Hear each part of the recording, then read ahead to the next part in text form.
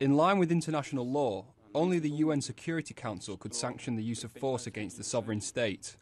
Any other pretext or method which might be used to justify the use of force against an independent sovereign state is inadmissible and can only be interpreted as an aggression.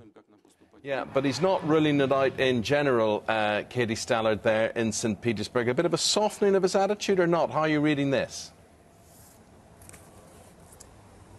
I think that is the part that people will seize onto, this statement that Russia does not exclude supporting military action, or at least that it doesn't exclude not vetoing action through the UN Security Council. But if you look at what he then goes on to say, the level of evidence that he would need in order to do that, he says it would have to be a deep and scientific probe containing evidence that would be obvious and prove beyond doubt who did it and what means were used. Now, he can say that with complete security because he knows that that is not what the UN weapons team were there to determine. Their mandate was just to find out whether an attack took place and what sort of chemical weapons were used. They were not looking for evidence to apportion blame. So his statement can be made in the complete safety that that level of evidence will not be found. Meanwhile, he goes on to say that Russia will consider action by America on Syria to be an action of aggression. And he says that it's too early to talk about what Russia's response will be. But he says we have our ideas about what will happen should there be use of force or otherwise.